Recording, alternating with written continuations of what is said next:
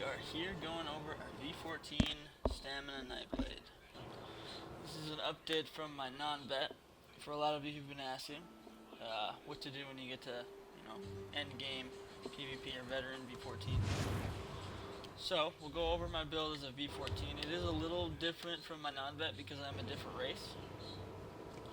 But other than that, that's mainly the big difference in this build. Obviously passives, you have a lot more sky shards. Sorry, you have a lot more sky shards as a V14 because you've collected them, you've gone through the levels and whatnot. So we'll go through it here real quick. Our race is Imperial. We have 167 champion points, which we'll go over towards the end of the video here. We have 21k HP, 22k stam. Usually I like to adjust this to get right around 20k HP and 23k stam. I just changed a few pieces in my gear, that's why it has done that, or that's why it's changed this way. Stam recovery is 2576 unbuffed. That is using a drink as well. But when I buff, I do go up to 2740 stam recovery. And then once I get a kill, I actually bump up to above 3k stam recovery for 10 seconds. My weapon damage is 2219 unbuffed. Rally, that jumps up to right about 2650. Weapon crit 38.7%, which isn't bad. We do 18 health, 44 stam. Like I said, these you adjust. I think it's really good to run right around 20k HP. I think, at least currently, until they do the next patch. Because a lot of one-hit builds out there that can, hit you with an 18k snipe and then they crit rush you and you're dead. So I try to average around 20k HP, so I adjust these stats to make that happen. We are running the Warrior Boon, that increases weapon damage. And then we're also a werewolf, so we get that 15% stam recovery when we are not in werewolf form, so that is a huge bonus. And like I said, we are running health and stam recovery pots. Alright, what we're going to do quick is we're actually going to go over my champion points first, just to get this out of the way. I've adjusted these for my non-vet build since last time. So, we are running 40 points into Moonclave. That is 13.2% increase on stam recovery. I think 40 points is perfect. I've ran this with 20 points, 15, 30, and I think 40 is a very, very good, solid number. You get some good returns on this, putting in a high amount of points still. So I definitely think 40 is a very good, solid number. If you can afford to put more into it, then definitely do it. But if not, I'd stick or try to get to right around 40. And then we have 15 points into tumbling. I'll probably go up to about 20. And then after that, we will start doing Warlord, which I have 1 point in for that 1%. Alright, and then we have all our points. Oh, no, here we go. We have a couple in Blade Expert to get that 5% two-hand, with my two-hand, increase on damage. And then we have Bow Expert, 5% increase on bows. I recommend running these for whatever you're using, really. Like if you're using a staff, put 10 points in there.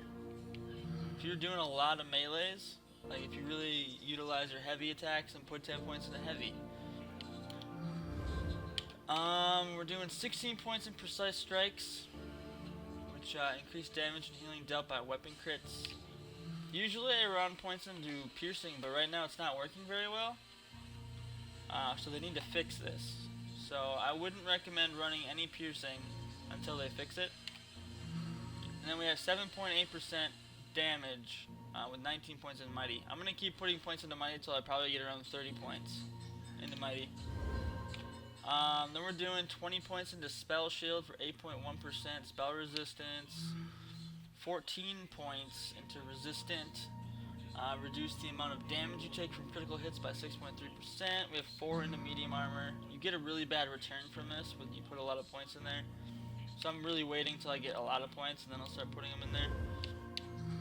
And then 18 points into Elemental Defender. Reduce flame, frost, and shock damage dealt to you by 7.5%.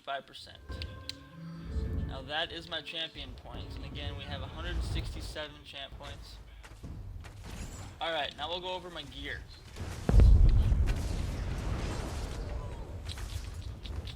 We'll go over the consumables that I'm running to. We run the Standard's Vigilance Ginger, which is 407 health recovery and 372 stam recovery for 1 hour.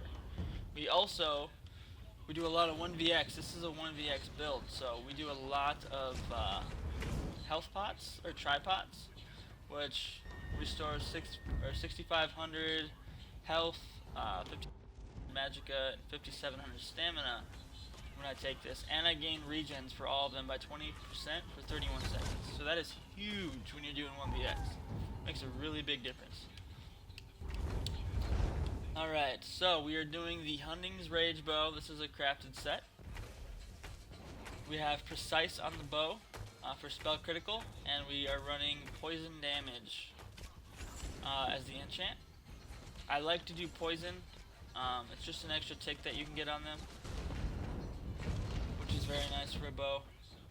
This isn't currently charged, so we'll charge this real quick. But we are doing a great sort of Hunting's Rage, so this is also part of the Hunting's Rage set. We run our weapons as Hunting's, so that way we only have to have 4 pieces of the armor, which means that I can incorporate other sets into my build. Makes it a little easier.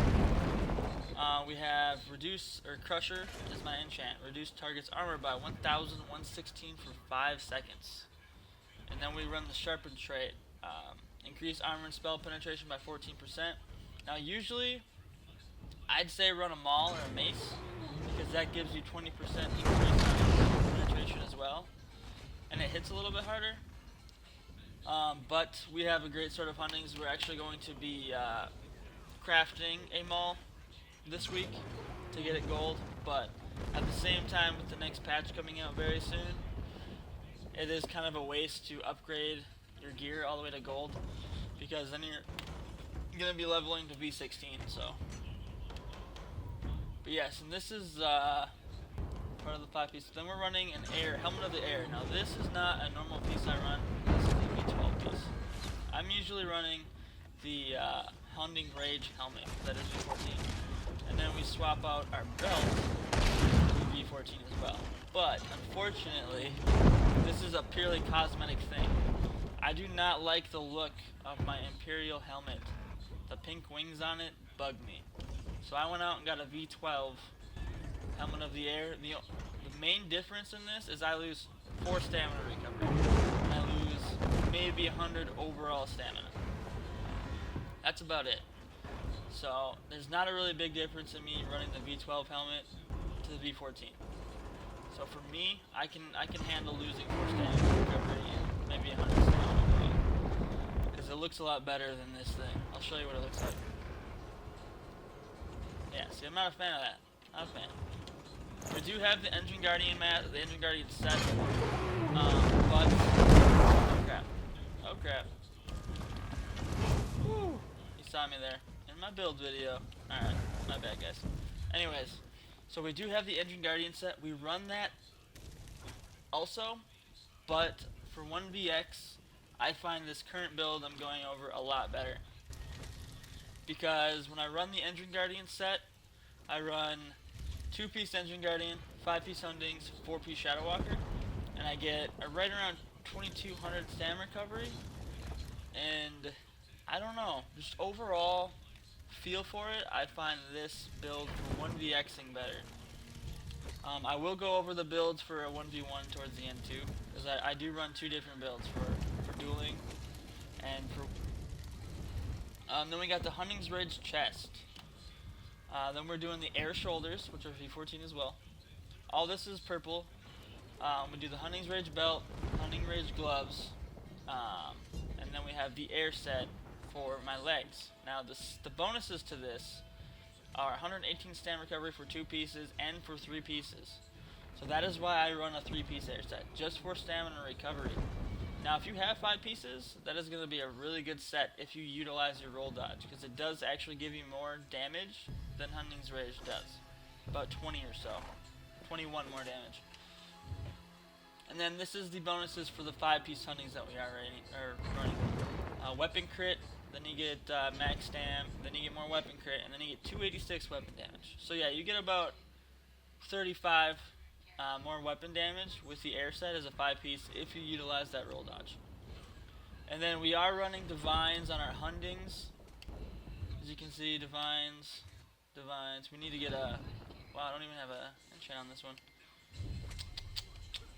But divines, the shoulders are divines as well. Divines. Helmet is not. That's increased armor value, and same with... and then we got infused on our legs. Now, when you get air set, they're random drops, and they're going to come with their own trait. So you have to take what you can get. I'd prefer to have divines on everything and increase my damage overall. So we probably will keep farming until we eventually come to that. And then we run a 3-piece Shadow Walker. We have stam recovery on the 2 bands of the Shadow Walker. And then we have reduced cooldown of potions by 5 seconds. But we have increased max stam on both and increased health. Now the 3-piece gives you 166 weapon damage and 877 max stam. Now when you do 4, you get 117 stam recovery. So that's, if you have legs or boots, it's a very good set to run. And 5 pieces is even better. You get 1,000 if you're a Nightblade.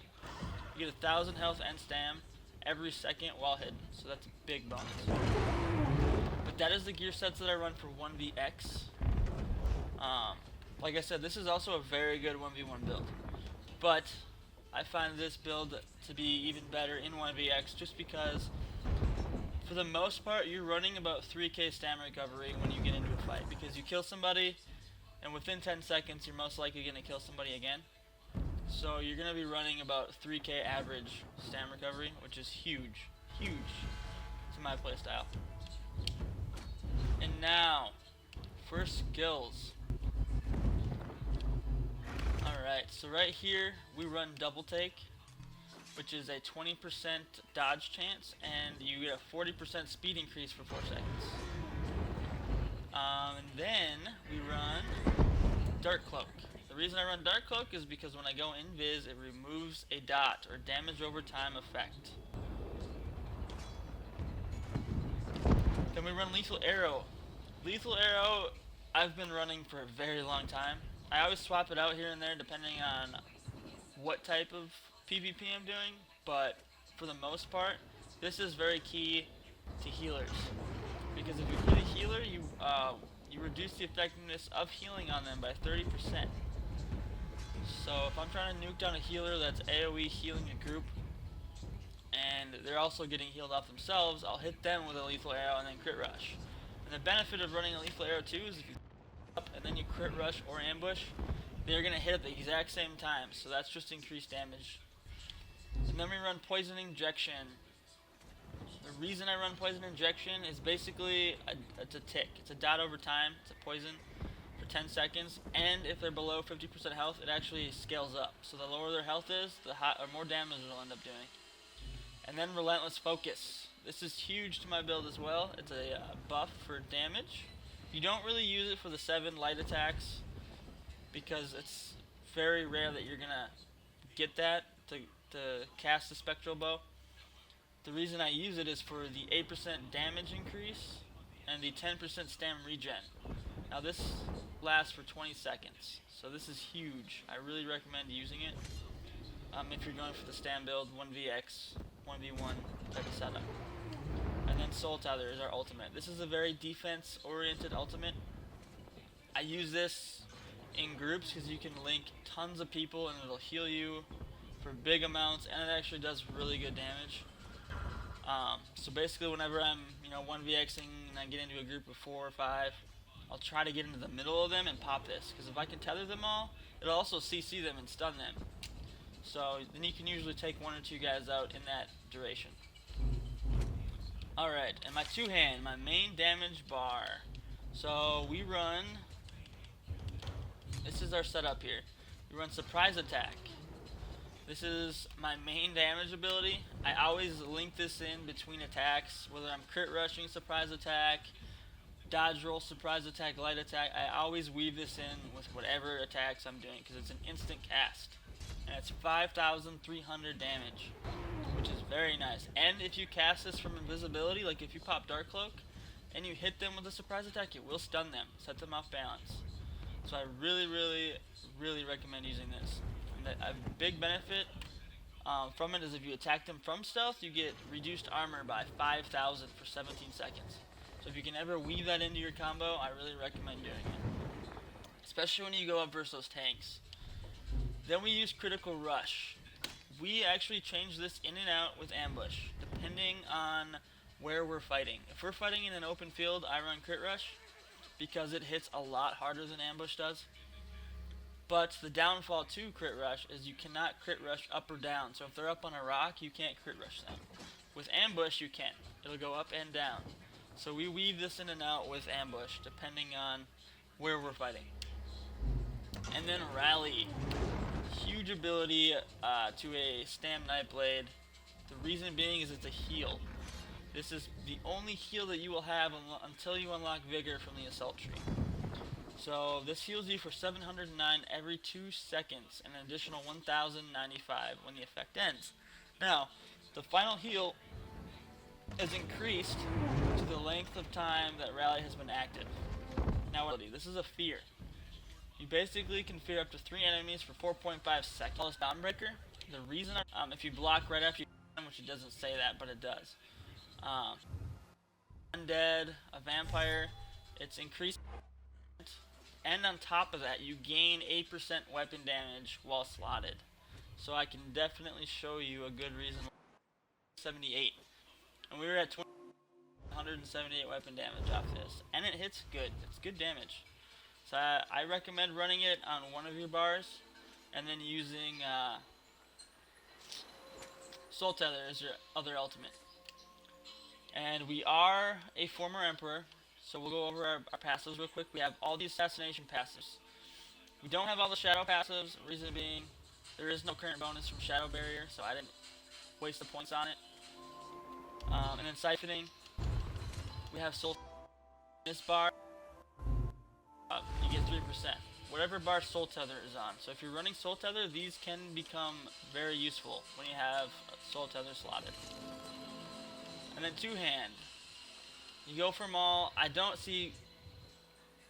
been utilizing my skill points differently. I don't just get every single passive if it's not going to benefit me very much. This would benefit you in 1vx, because when you light attack, you will hit other people if they're nearby. But all the other passives I do run.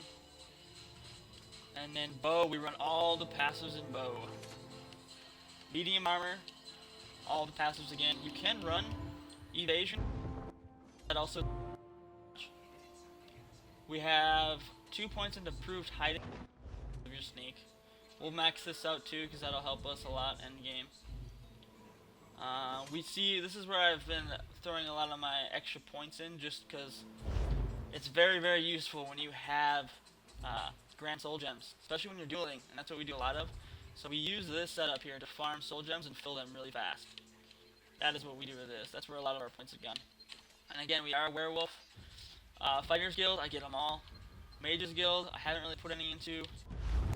We'll be doing One Piece Light, One Piece Head for that extra 6% increase. And Assault, we got Combat Frenzy finally. So we'll grab this real quick. But we do want to run all the passives in Assault when you can. And then we do have all the Emperor increases as well. If you do get the Emperor skill line, always have the passives. They're little tiny bonuses, but they help. They do help overall. Again, we are Imperial. Run all your passives regardless of your race. I don't care if you're, a high elf, a wood elf. Bam. We get melee attacks, a 10% chance to restore 1,200 health. Increase max health by 12%. Now this is huge too to Imperial, because I weave in between every single ability. I throw in a light attack, so you always have a chance to get healed. And now we've also thrown some random points down here. I think it's some alchemy. Yeah, like one here and there, just because we work on this on the side when we're bored.